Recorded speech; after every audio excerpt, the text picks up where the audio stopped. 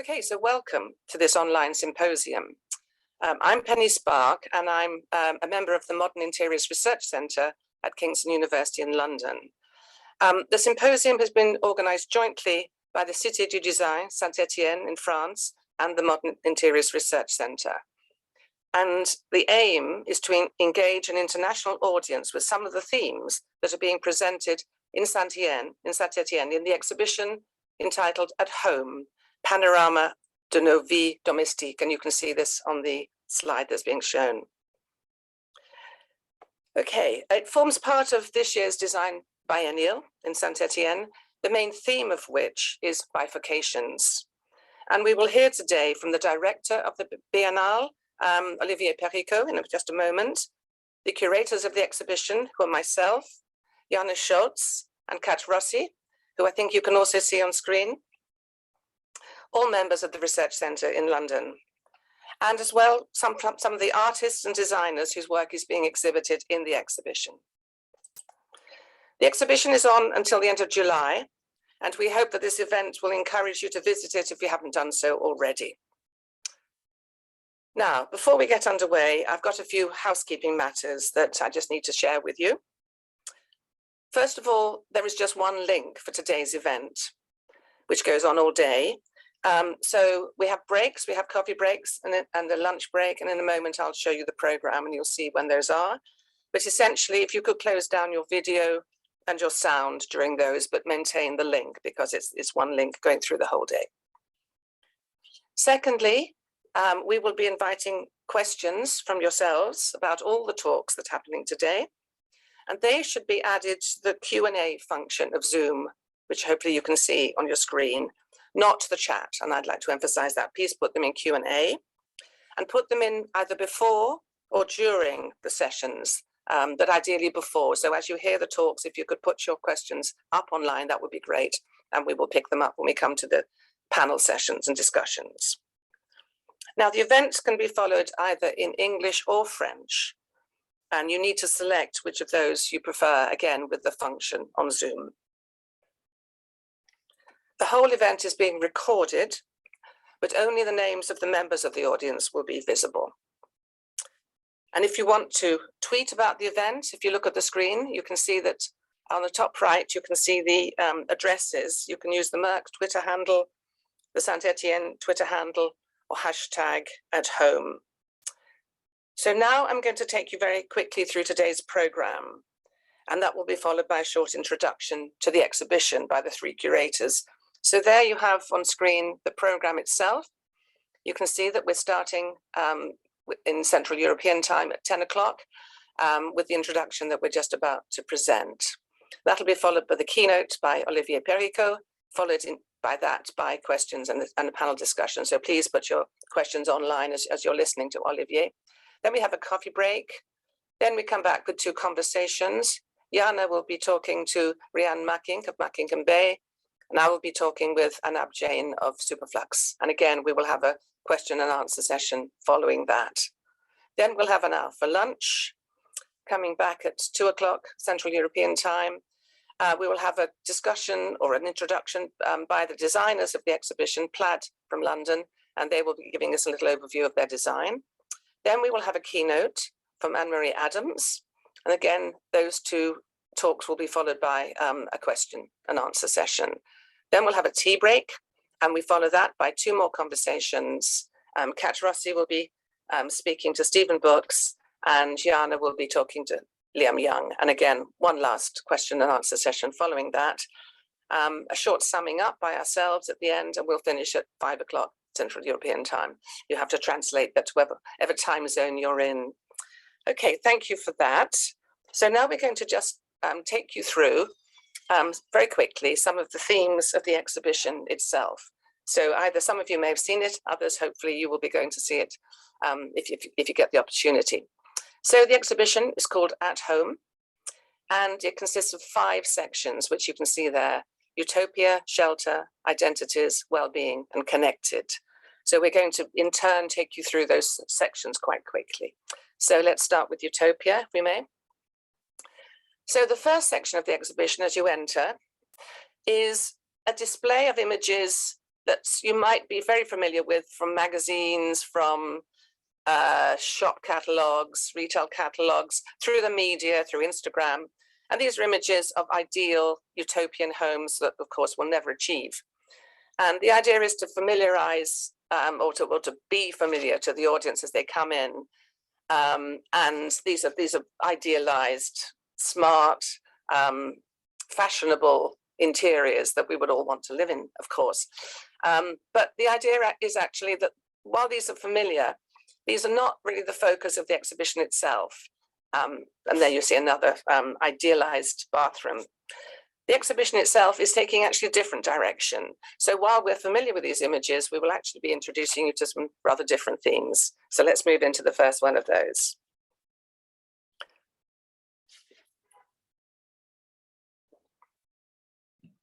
Sorry, I was on mute. So we start the exhibition with a section titled Shelter, to address a fundamental function of domestic spaces, offering protection for humans and organisms from exposure and danger. So we see that risk can occur from the outside, but also from inside the domestic space, through materials, processes, but also our co-inhabitants. Shelter is needed in response, and I would like to see the next slide, please, in response to social exclusion, where housing is not provided or even considered. In recent decades, gentrification, speculation, and housing policies resulted in shortages of affordable homes and displacement, leading to a rise of homelessness. And this we address here with this project by Martha Rösler, Housing is a Human Right, to kind of really speak about the political dimension of domesticity and stress the permanent need for a home in contrast to providing temporary shelter. Next slide, please.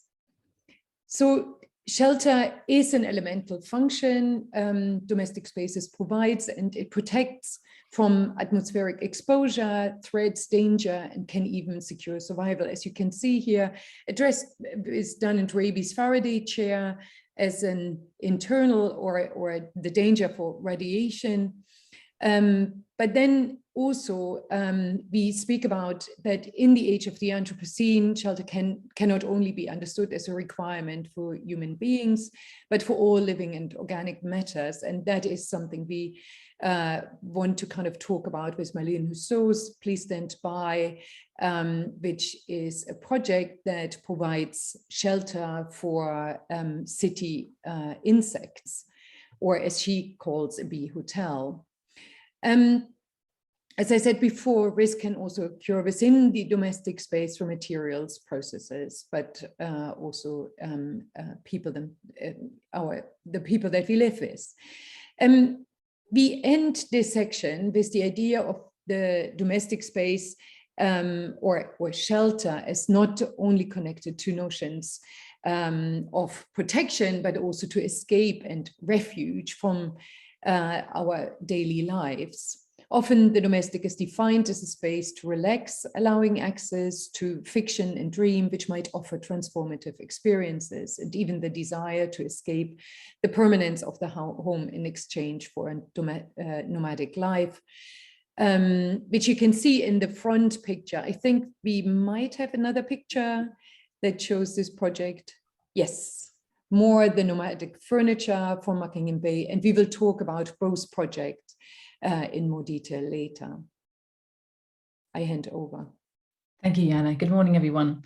So the third section of the exhibition is called Identities, and it looks at how we construct identities through the objects that we choose to have in our home, through that we collect, we consume, but also that we repair, we fix, we make with.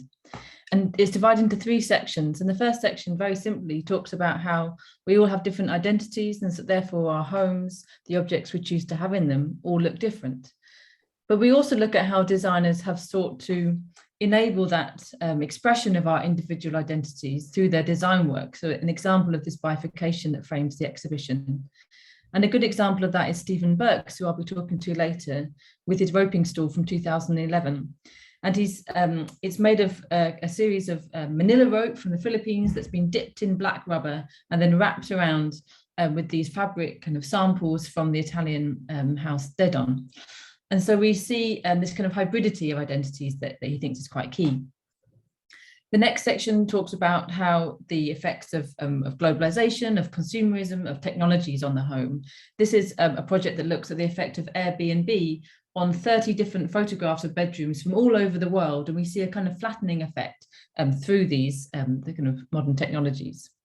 And then lastly, we talk about how we can counter that through acts of DIY, self-making, repair, and in particular, radical examples of DIY, such as Enzo Mari's Autoprogettazione from 1974. The next section in the exhibition is entitled Well-Being, and there are three sub-themes really that make up this section.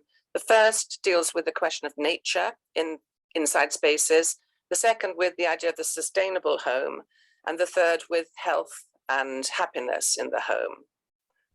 Next slide, please.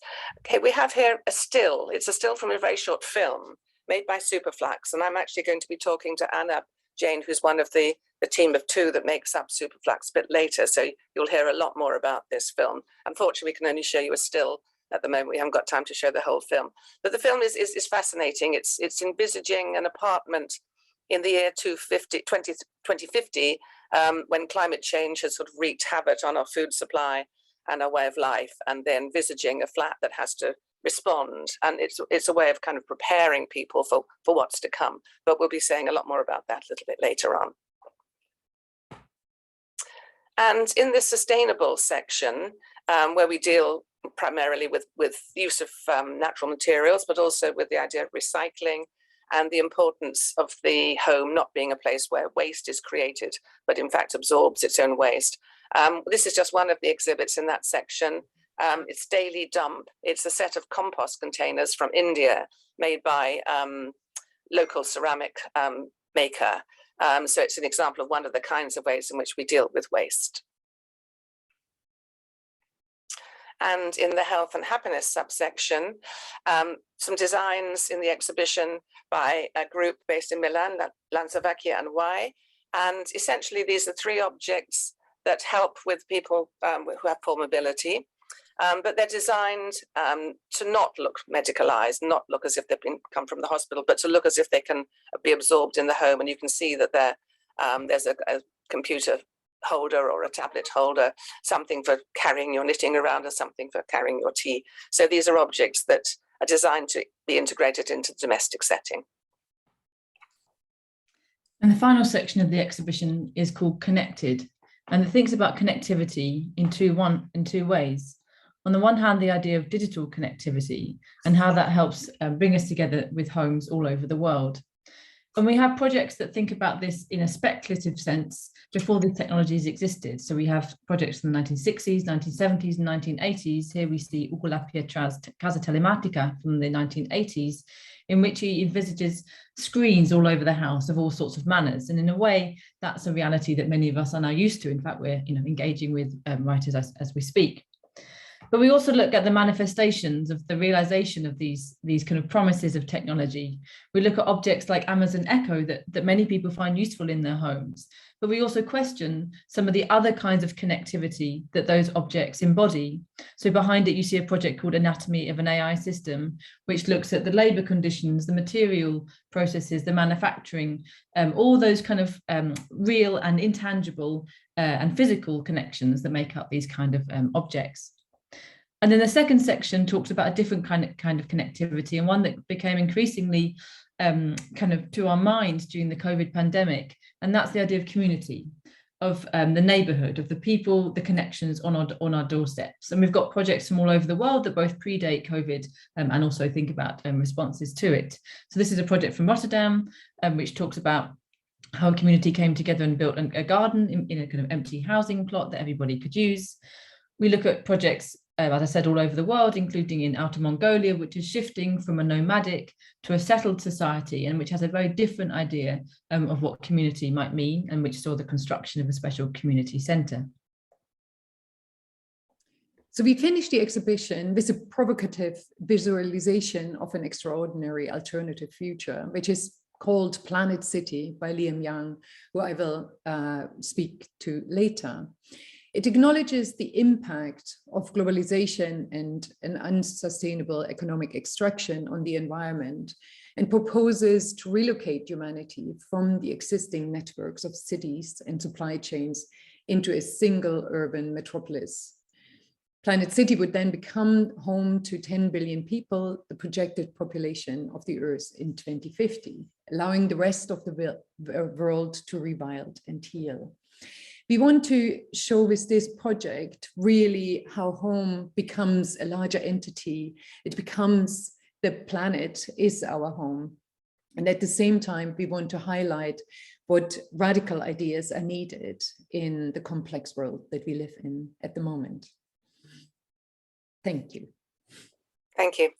Okay, so that's the exhibition, and that's the context for which today's event is taking place. And now I've got great pleasure to be able to introduce to you our first keynote speaker, Olivier Pericot.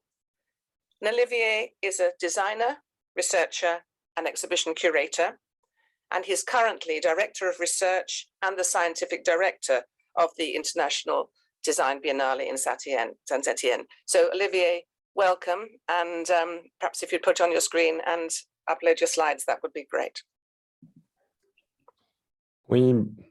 Hi everybody.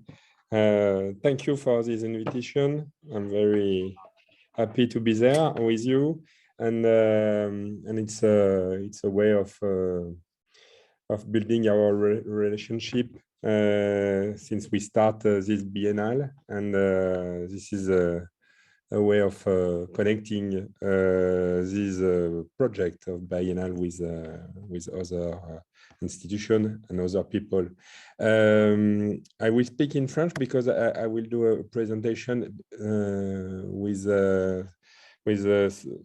with some specific proposition, and I need to read it in French. And okay, so I try to share my screen up.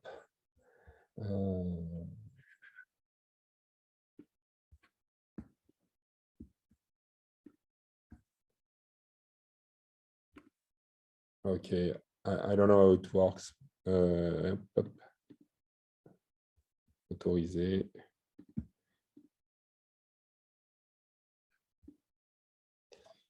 Voilà. Okay.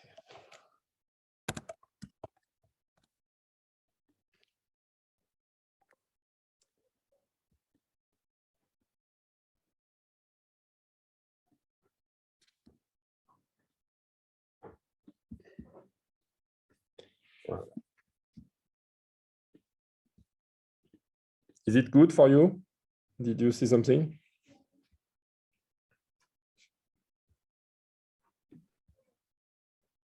Yes, we can. Okay. So thank you. Alors, quand Penny, Yana et Katharina m'ont invité à participer à cette conférence, je me suis posé un peu la question de comment on pouvait raconter ce lien en fait qui s'est construit avec elles et avec leur exposition sur la domesticité, sur l'habitat at home. Nous, de notre côté, nous avons donc démarré l'idée d'une biennale sur le thème des bifurcations.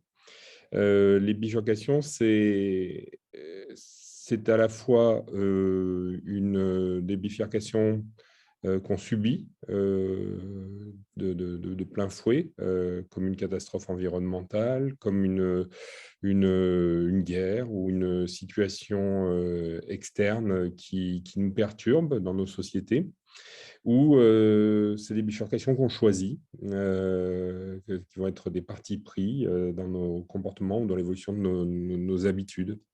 C'est également une question d'échelle. Bifurquer seul, c'est envisageable. On peut imaginer devenir végétarien seul, mais c'est plus compliqué pour une famille de devenir complètement végétarienne.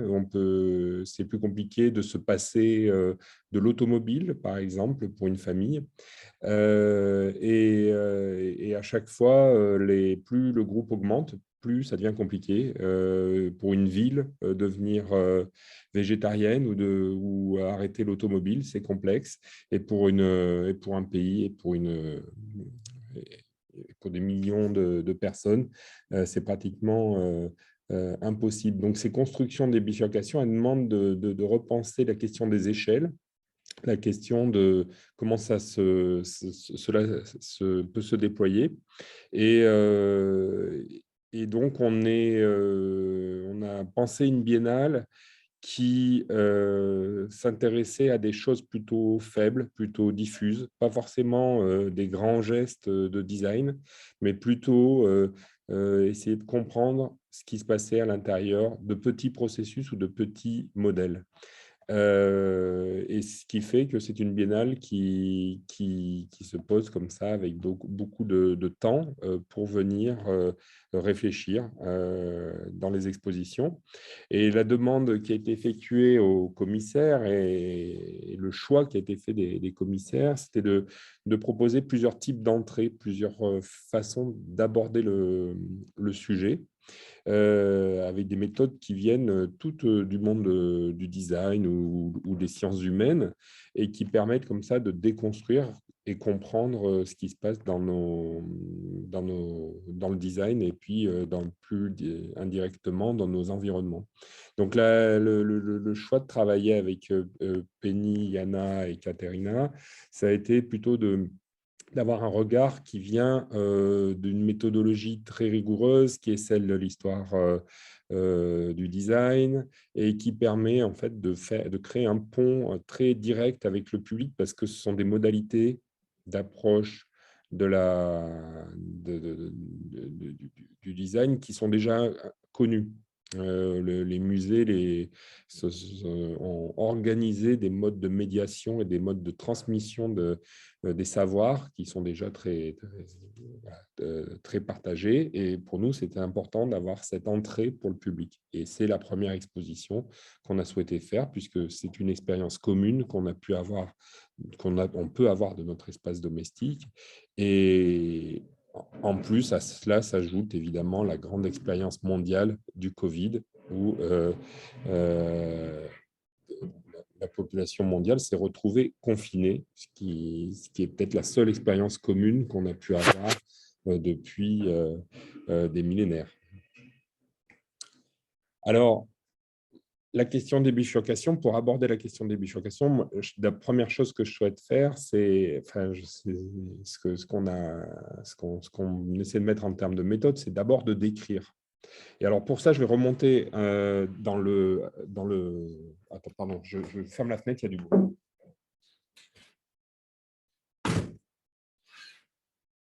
Je vais remonter dans le temps sur une biennale qui s'appelle Working Promise sur les mutations du travail.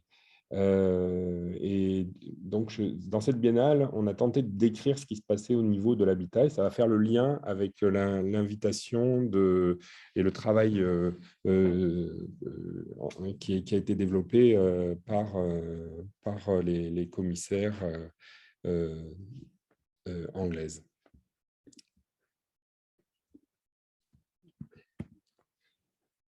Et tout ça pour aborder ensuite la question de la bifurcation. Alors, le foyer comme terminal industriel, ça a été une exposition, c'était un petit élément dans une exposition sur les mutations du travail. Ce qui m'a intéressé, c'est cette phrase de Andrea Branzi.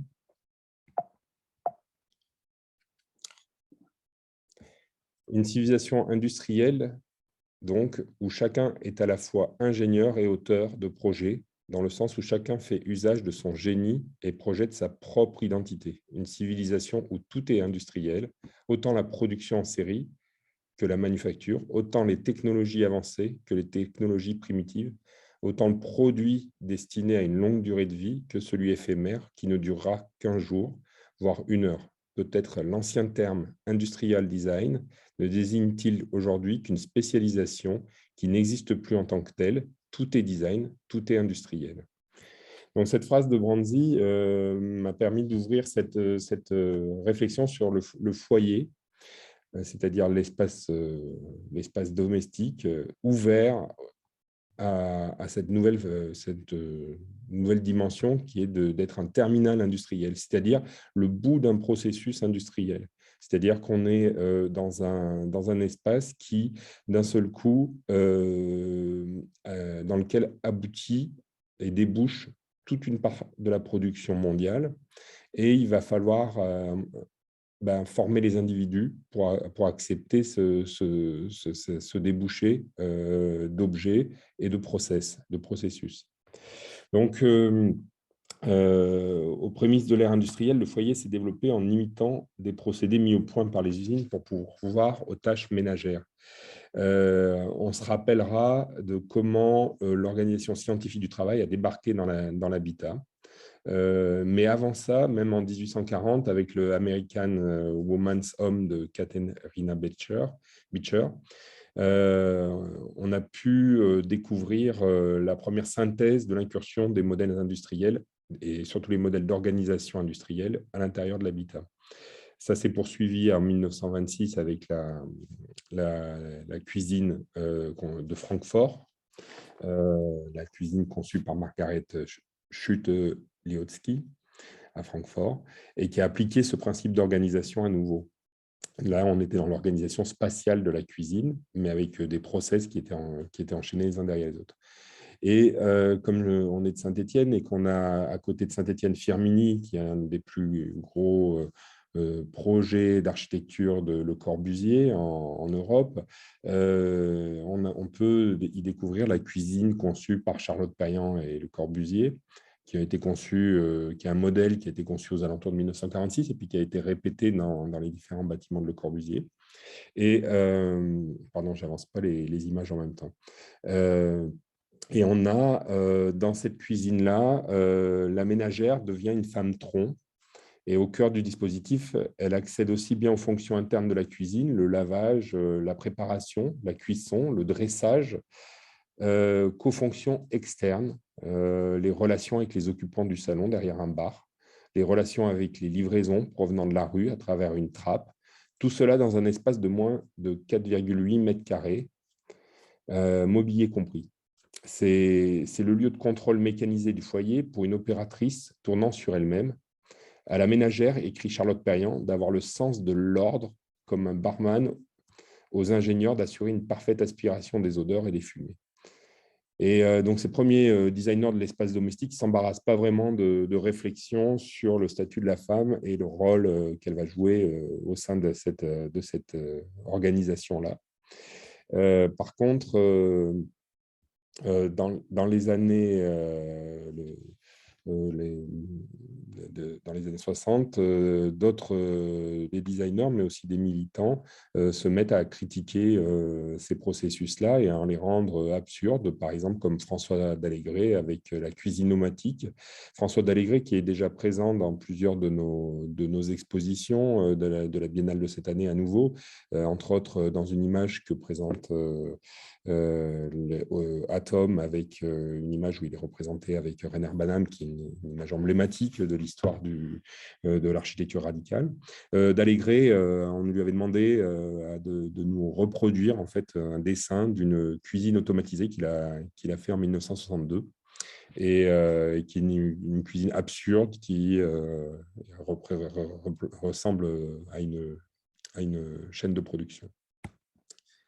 Dans cet espace scénographique, ce qu'on a cherché à montrer pendant cette biennale sur ce thème du foyer comme terminal industriel, on a cherché à mettre en scène en fait une espèce d'hybridation entre la cuisine et le bureau.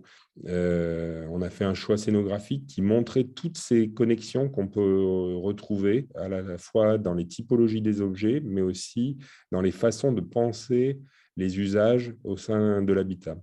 Par exemple, là, on voit un ensemble d'appareillages qui sont à la fois des fauteuils de massage, des fauteuils de relaxation, et qui donnent lieu à des activités semi-professionnelles qui peuvent être localisées dans le foyer, chez soi, comme des chaises de massage ou des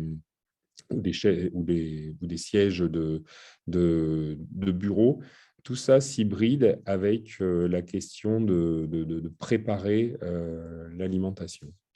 Dans cette scénographie, nous avions même mis des cartons empilés pour poursuivre l'idée générale de commercialisation de ce qu'on produit dans son espace domestique.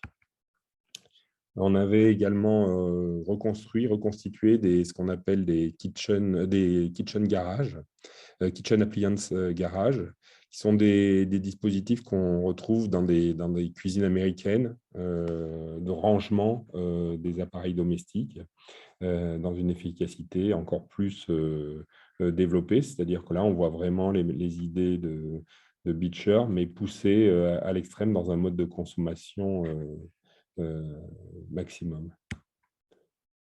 Enfin, voilà des vues de la scénographie. Ça nous permettait donc d'utiliser un certain nombre d'appareillages qui sont quotidiens et qui ont soit des typologies qui évoquent le travail, soit des fonctions qui viennent purement de l'industrie.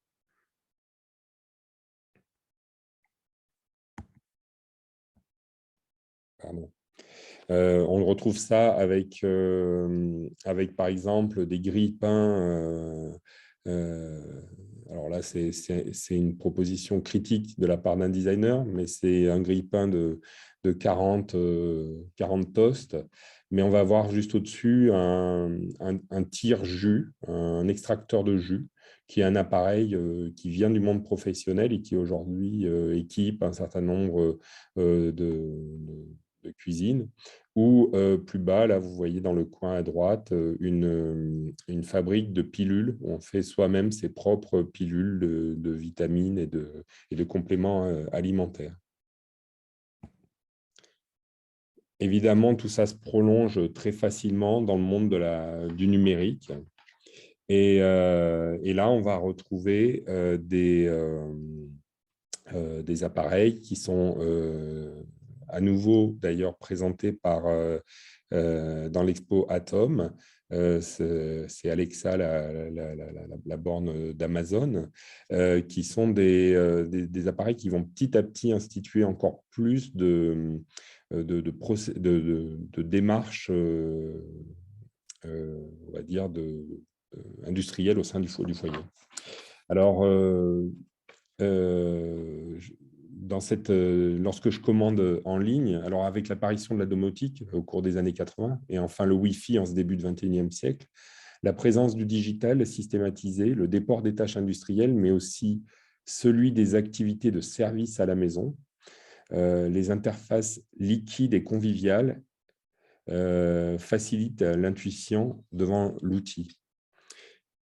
Vous avez là sur cette planche deux choses qu'on a voulu mettre en valeur à ce moment-là, c'est-à-dire qu'il y a d'une part une gestuelle qui réduit encore plus la distance entre l'espace industriel et le processus industriel l'espace industriel et l'espace domestique. C'est le téléphone portable, puisque juste en glissant un doigt de quelques centimètres sur une surface vitrée, on va passer d'une fonction familiale à une fonction professionnelle en quelques secondes. Et ça provient d'une démarche de design qui est plébiscitée par Apple et d'autres constructeurs, évidemment. Mais Apple en a fait même un système de promotion du développement d'applications pour sa marque. C'est le seamless, c'est le sans couture, et c'est absolument théorisé par les équipes de concepteurs d'Apple. Et évidemment, tout ça nous fait rentrer dans cette ère d'inscription du travail de plus en plus profond, de plus en plus profondément dans l'habitat. Alors on appelle ça, c'est des interfaces liquides et sans couture qui facilitent ces passages de l'espace domestique à l'espace du travail.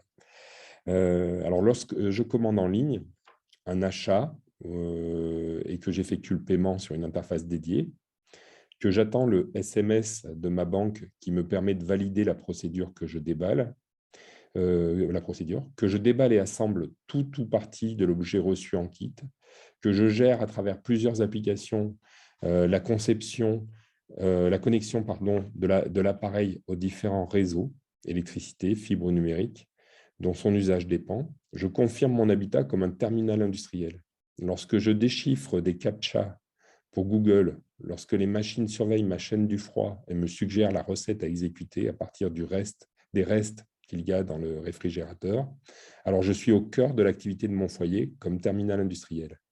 Réserver un train comme un agent de la SNCF, enregistrer ses articles comme une caissière, expertiser une situation sur un forum comme un ingénieur financer sur KissKissBankBank une innovation comme un banquier, booker son voyage comme un agent de voyage, manifester comme un activiste en signant des pétitions en ligne, évaluer comme un expert, installer comme un pro un ensemble d'applications qui sont elles-mêmes des outils industriels, et bien sûr héberger comme un hôtelier grâce à Airbnb, multiplie mes expertises semi-professionnelles et dévore mon temps à moi. En gérant et réalisant les tâches qui appartenaient jusqu'à là à l'industrie, que ces tâches soient de la finition, de la mise en route ou de l'assemblage, je mets mon temps domestique à disposition et je participe à la modification profonde du paradigme industriel. Nous parlons là d'un déport progressif du flux tendu de la production hors de l'usine, comme si le stock qui déjà échappait au hangar en étant en permanence en mouvement sur les routes, à l'intérieur de containers, glissait progressivement dans les intérieurs domestiques, en pièces détachées, à assembler soi-même sur les heures de repos. Comme si l'ouvrier des temps modernes ne boulonnait plus les pièces, car il n'y avait plus d'ouvriers, mais des machines à code-barre qui alimentaient des camions à code-barre, qui me livrent les pièces du Lego généralisé à finir chez moi. L'ouvrier d'IKEA, c'est moi. La caissière d'Amazon, c'est aussi moi. Et j'en suis aussi le publicitaire, car l'injonction du like est systématique et doit se partager sur les réseaux sociaux. Donc, voilà comment nous avons décrit à ce moment-là la situation de l'évolution en fait, de cet espace domestique et cette dimension travail qui s'inclut de partout, comme ce bureau de Blesse où on va retourner le bureau pour faire un lit, ou comme cet appareil Wi-Fi qui permet d'orienter les ondes dans une certaine partie de la maison pour décrire une zone de travail. Alors, c'est peut-être une tentative de stabiliser un petit peu tout ça, ou ce balai avec son appareil à selfie qui permet de mélanger deux instruments très symboliques. Donc, bifurquer at home, ça a été, la demande qu'on a eue auprès de Yana, Katerina et Penny. C'est-à-dire qu'on avance d'un cran après avoir décrit un petit peu cette question du travail, et notre but était de demander un regard sur ces grandes bifurcations qui apparaissent et qui structurent un peu les imaginaires de l'habitat.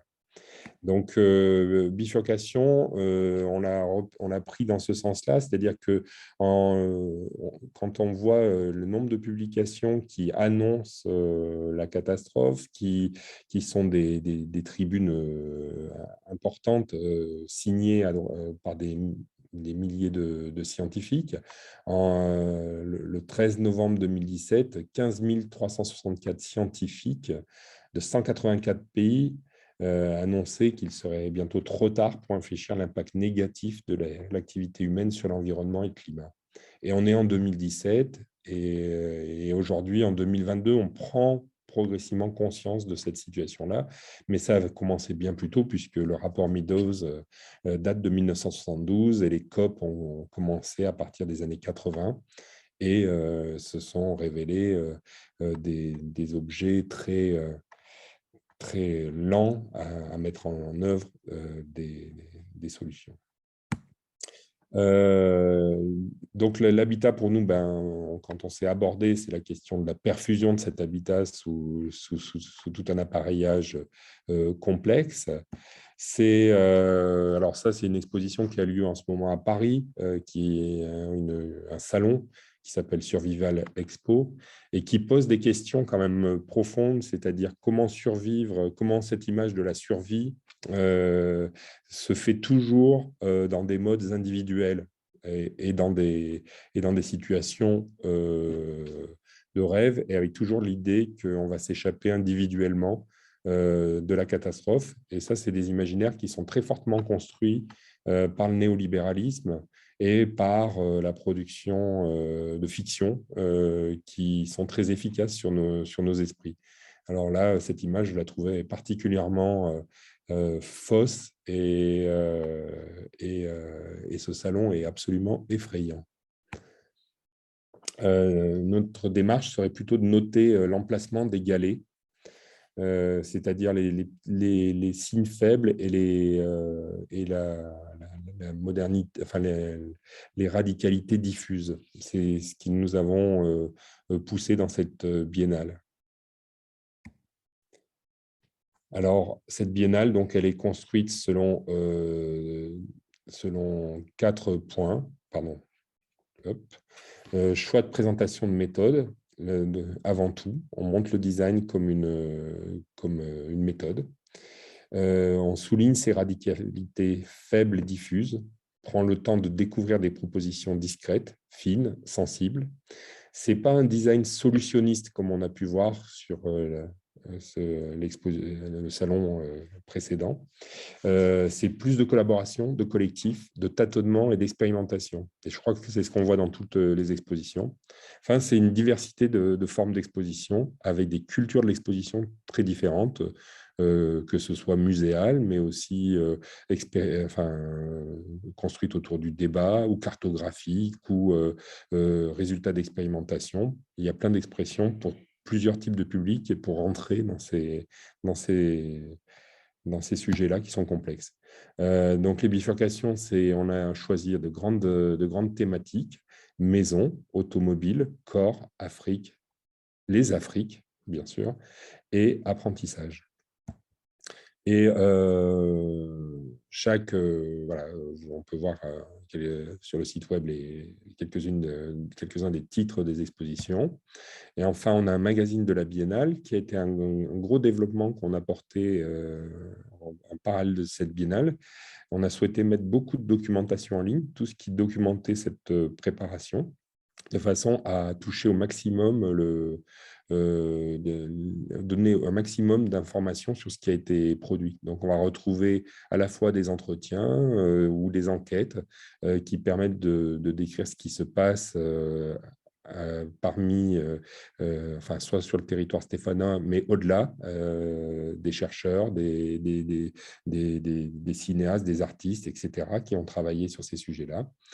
Et puis, on retrouve ces grandes thématiques qui sont rassemblées sur le site web, regroupées comme ça avec beaucoup de documentation. Ce choix de la documentation est essentiel pour nous puisque c'est ce qu'on souhaite produire à travers une biennale. C'est un temps long où les gens vont passer du temps à lire, à se documenter, revenir plusieurs fois et participer au débat technique qui s'engagera derrière. Et dans cette perspective-là aussi, critiquer les postures du design, vraiment participer au débat sur le devenir du design. Voilà. Donc, voilà la fin de ma présentation. Je vous remercie. Thank you very, very much indeed, Olivia. That was really interesting. And you emphasized in your talk about home, I think that crossover between public and private, between the amateur, the professional, which are all themes that come into our exhibition. Okay.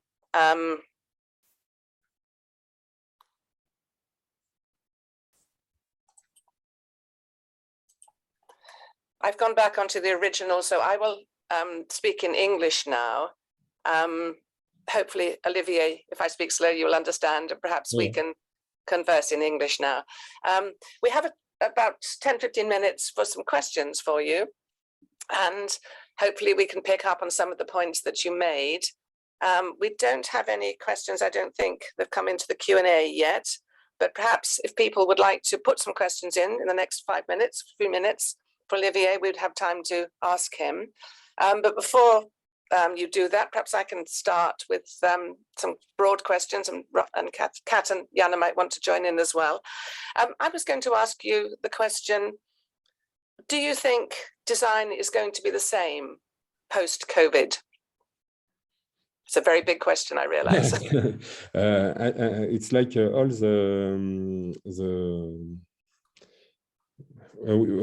designers are as the rest of the society were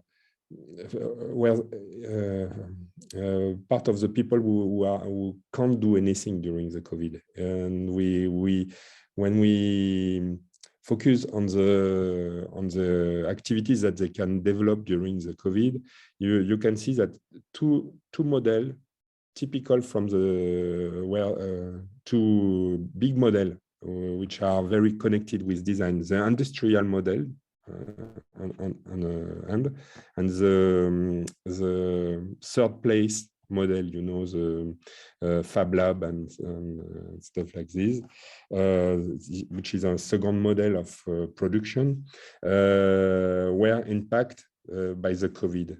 On the two end, you can see that the industrial model, they take maybe 4 months to have the first solution of making some mask by a big industrial like SEAT in Spain. They start to build some masks with car air filter, and but that was a paradox, because everybody says that the industry is very flexible, very operative. All the management is based on the idea that you can change all the time the processes and make it with a lot of flexibility, and so this model doesn't work really for the demand, but the scale is good, because the demand was for 50 million of masks and things like this, and the second model, the third place kind of production with a 3D printer, with associative work, doesn't work also, because they try to build some mask and then print some stuff, but the quantity was not here. It was just 200 pieces of I don't know the name, but Windows yeah, a visor. Yes. For the face. So and we see some very good ideas, like the mask, the Decathlon mask, to transform inside a product for respiration. So like everybody, our model is not good in this situation. We can't bifurcate, and we see that most of the efficiency was on the side of nurse and people working on very basic activity, very necessary activity. So yeah, for the design, I think it changed a lot of things in the idea of power and where we are acting. And some designers after the COVID came to the Biennale, and we have a strong discussion around making the industry great again, which is a kind of motto that you can hear everywhere in European countries, and but it seemed like an old guard struggle. Thank you very much. I was going to ask you also that you have curated an exhibition at the Biennial about automotives. I wondered if you would just say a few words about that for the audience as well. Hopefully they'll come and see it. Yeah, we studies. We tried to do an exhibition about cars with the question of bifurcation for 1.2 billion of cars on Earth. It may be difficult, and so we want to observe what is. We want to take an object which is one of the biggest object that we use personally, and which is present everywhere on Earth, and how to move with that, how to change something with that. And so we did what we call an autofiction. It's mean making comment on dit, building a different talks on the car. So we add many different way of speaking about cars, and we try to show where it's connected through the history, but also through the experiment of a lot of people, through the criticize, through the way of we are producing cars, etc., etc. And so it's a kind of 4 parts exhibition, which shows the different connection of cars with many systems, and these systems are also cultural, are industrial, are social, and etc., etc. And so when you see the car as something more complex like this, it's interesting because it's not a story of the style of the car. It's not a story of the celebration of the industry of the car. It's a more social approach of this object. Thank you very much indeed. We have one question from the audience. It's a long one, so I'm going to just take a section out of it, really. And the question asks about the idea of chaos, saying that what we've presented is quite clinical, which is arguable, but that's the perception.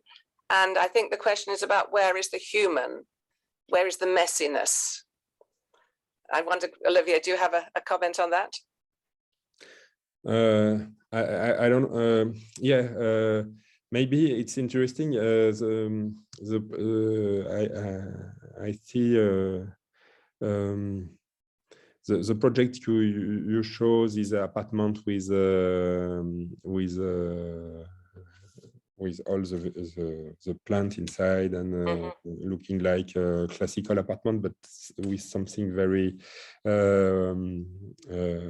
very strange, because the ambient is terrible. In fact, this apartment is a very good image of the sense that we have to work on it, and the question of the aesthetic. And I think this project is one of the most contemporary projects that we can see, because you have to see it with your sensibility, and it's not easy to accept this proposition. It's a very hard proposition, I think, and if you look at it as an art proposition, it's very important to bring back this idea of looking the things with an idea of aesthetics, and put your sensibility in this proposition, and confront. I don't know the word, but confronter, opposite your sensibility, and there is a human presence, I think. It's a kind of because it's very hard to imagine this future, because and I think these designers are very, very good for that, because they bring all topics coming from innovation, technology, a lot of things which are built to reassure ourselves, to make us comfortable. Then you can see it's a closed world, a very closed world, very stressful, in fact. Thank you very much indeed. I think we'll pull this session to an end, unless Kat or Jana want to add anything at all. Jana, Kat? I had one question, if that's all right, which is that your presentation was very interesting. Thank you, Olivier. And I thought about how you showed the flattening or the lack of difference between the home and the factory, you know, this kind of idea of the home as an industrial terminal, and how we can be professionals on Airbnb, we can be these engineers, we can have all these different roles in the home through the kind of industrial technologies. And I wondered what you thought the impact was on the inhabitant of this industrial civilization and its entry in the home. Yeah, the impact is very large, because when you have kids, a lot of people are afraid of their kids who are on the screen all the time, and this is a very important change of the paradigm of the link between the outside and the inside. We feel that maybe in the 90s. I remember some project I did as a designer. I was working on how to survive at home with when you are paranoid. Then I design an environment for that, and it's I think there's two kind of ideas that we need to be autonomous. There are many propositions in this direction, and the screen bring you as somebody who is totally autonomous from the family, for example. And so it starts to break the links with the family, but not in the sense as you are asocial. It's more it's more something which help you to be autonomous with some elements that you are always manipulating. And so for adults,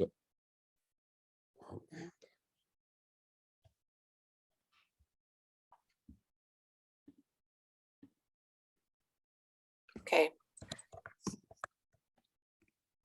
sorry, my screen get out. Yeah, you're still here. Okay. But And we can hear you. sorry. Yes. So there is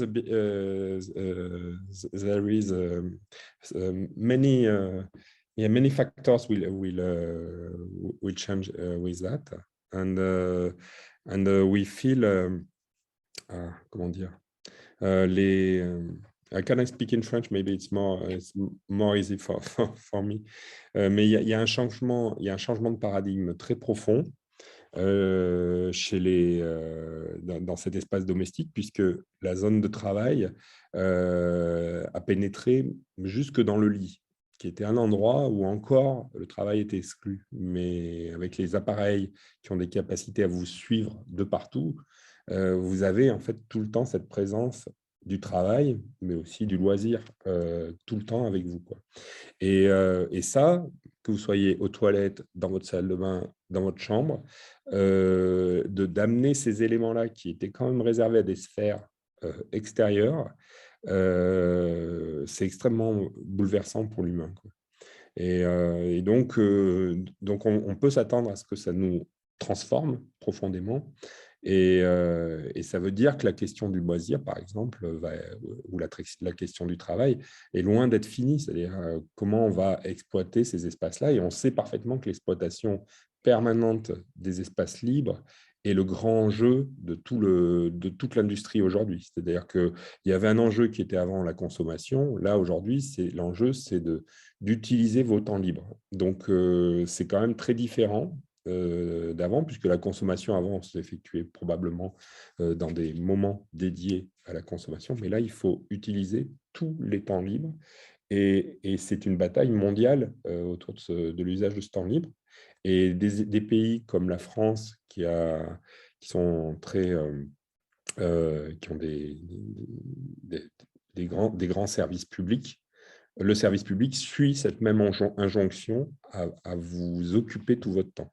Et ça, je pense que en termes d'anthropologie, occuper le temps est vraiment probablement le grand sujet d'étude sur notre société. C'est-à-dire que vous allez, sur une même journée, là, même pour préparer ces conférences, préparer la biennale, on a débordé de toutes parts sur nos vies personnelles. Thank you very much indeed.